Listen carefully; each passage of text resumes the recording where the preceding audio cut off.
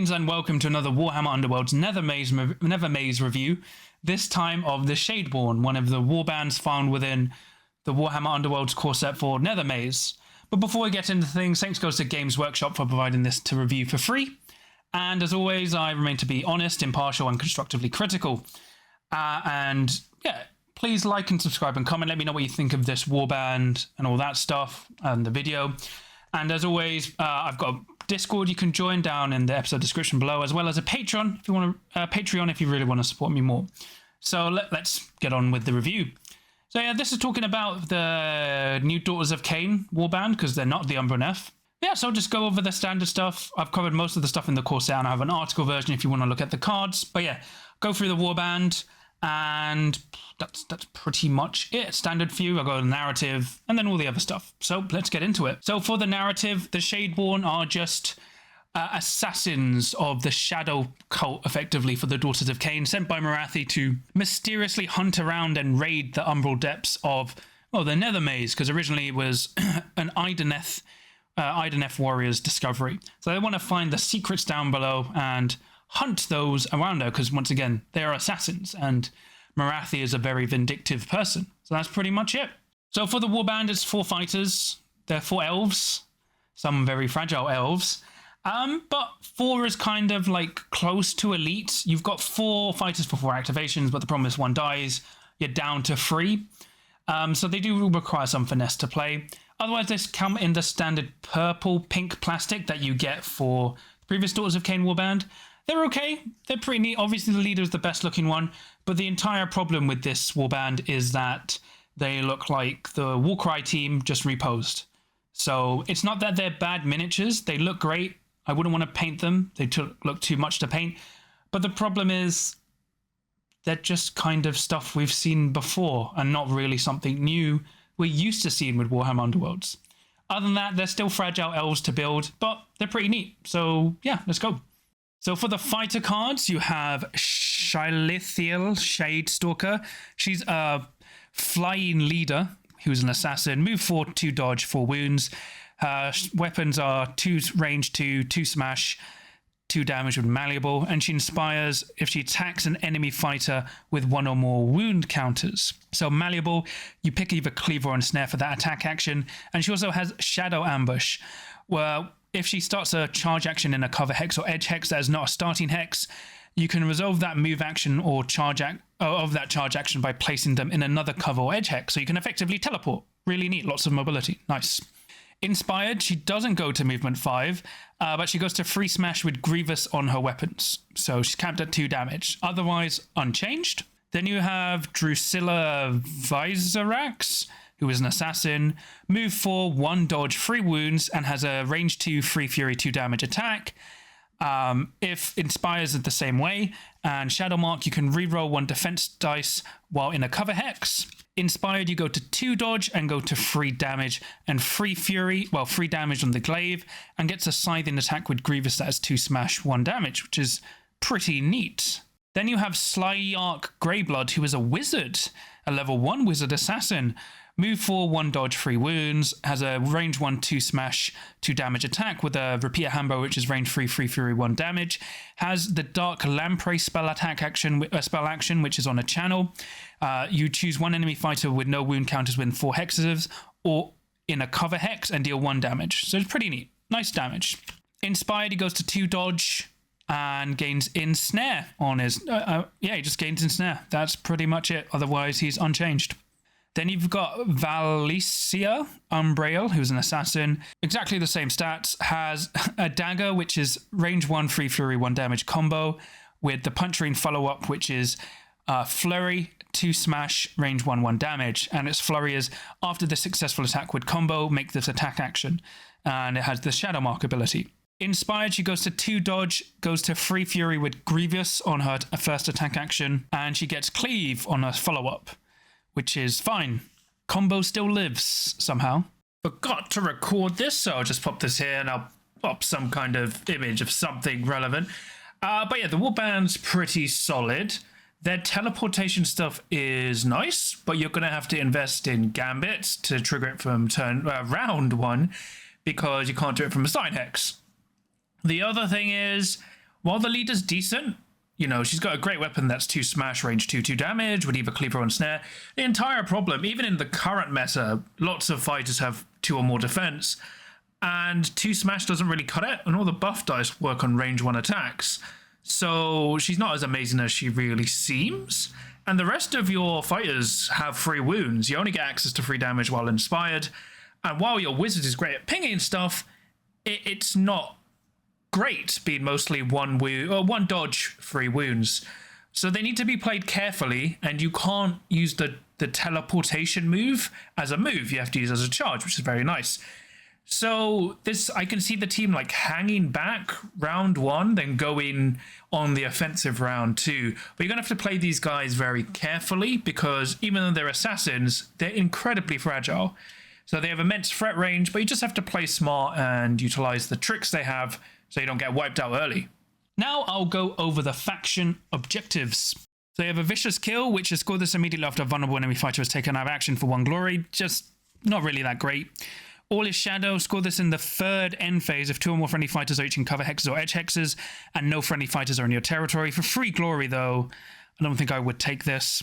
Fighting in the Shade, score this in end phase if your warband made 4 more attack actions. If this was 2 glory, it'd be great, otherwise not really. Prolonging the Inevitable is score this in the end phase if 2 or more friendly fighters are adjacent to 2 or more vulnerable enemy, 1 or more vulnerable enemy fighters. For 2 glory, it's nice, but you want to kill instead of prolonging. Sadistic Tendencies, score in the end phase if 3 or more enemy fighters are out of action and or have 1 or more wound counters. It should have been 2 glory, for 1 is just not worth it.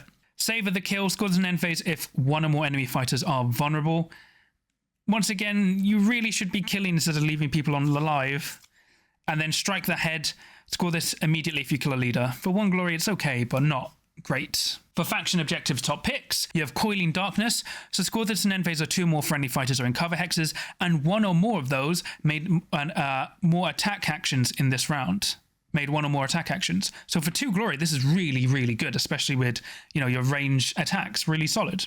Then you have Nowhere to Hide, Surge Duel, score this immediately if you take an enemy fighter out of action and the attacker or the defender was in a cover hex, so really great. The Shadows Deepen is a hybrid, score in the end phase if each surviving friendly fighter is in a cover hex, or 2 or more enemy fighters are in cover hexes, which once again should be pretty easy, for 2 glory as well. Umbral Raid, score this in end phase if 2 or more friendly fighters are in enemy territory, and each of those fighters within 2 hexes of 1 or more enemy fighters. Because of your teleportation and cover hex stuff, really good for 2 glory. Unseen Malice, Surgeon Duel, score this after you use your Shadow Ambush ability and you took an enemy fighter out of action. So basically teleport and kill. Really, really good. So now we have the faction Gambits. So first we have Abyssal Summoning, which is a Gambit spell.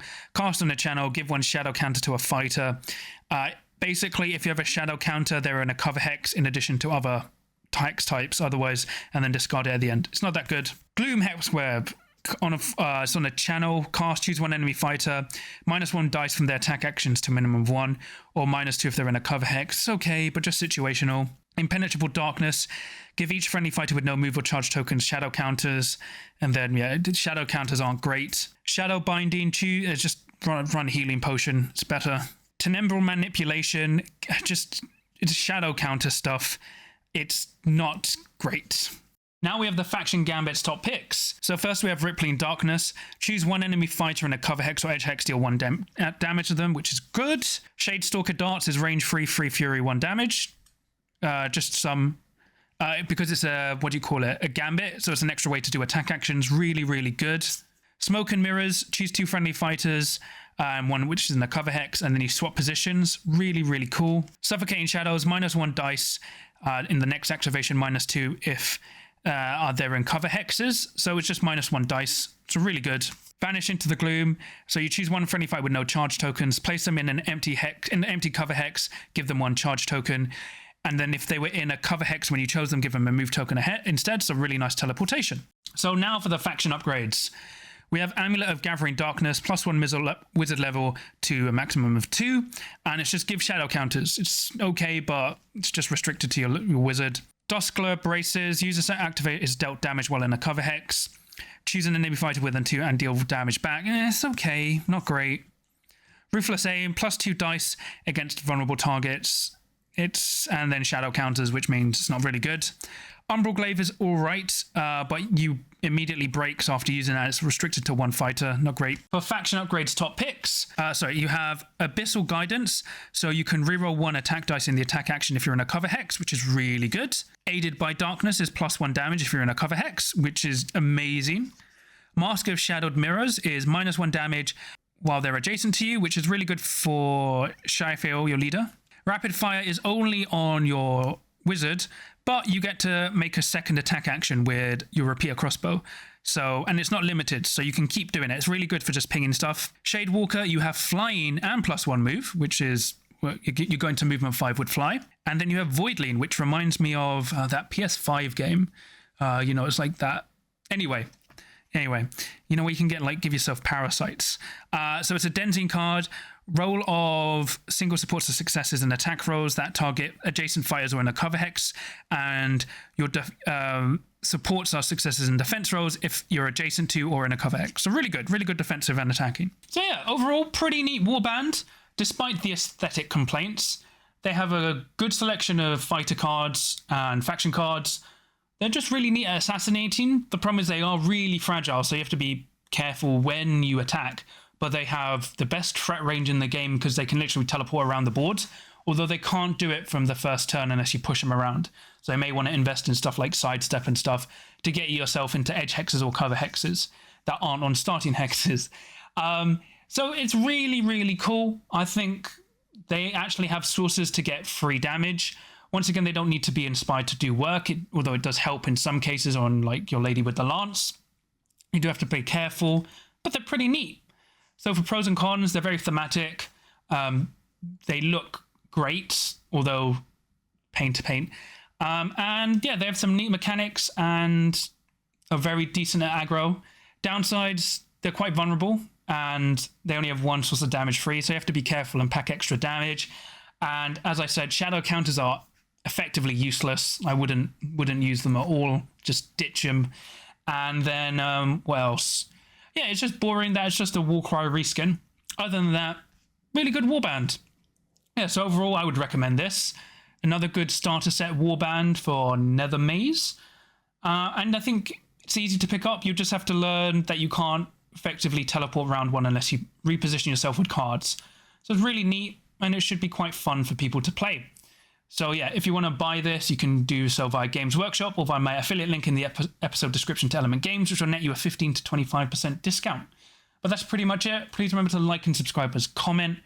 I also have a Discord you can check out down in the episode description below. And I'll just thank my Patreons. So for my Adepts of the Crit, I have Theodore, Michael Taroon. And then for my Veteran of the Crits, I have Samja and Confucius. So thank you. If you want to support me via Patreon, I'd greatly appreciate it. It helps me bring better content. But overall, yeah, this is a really nice warband, nice tricks. I can see I still prefer the Skaven warband, but this warband's pretty neat. I can keep saying how depressing it would be to paint this warband. But yeah, it's pretty nice. I really like this selection. I really like the way it kind of hints where their design for warbands are going at the moment. So yeah, hopefully they have more really cool warbands going forward. It's a nice selection, and my only worry is they are a bit fragile, so I can see people making risky charges and then falling apart, especially against stuff like Morgot's Crushers, but they are Morgot's Crushers for a reason. So until next time, if you're found lost loitering in the darkness and you hear the shifting, shadowy stalking of K-Knight warriors, remember, it's not all hopeless, especially if you can roll a crit.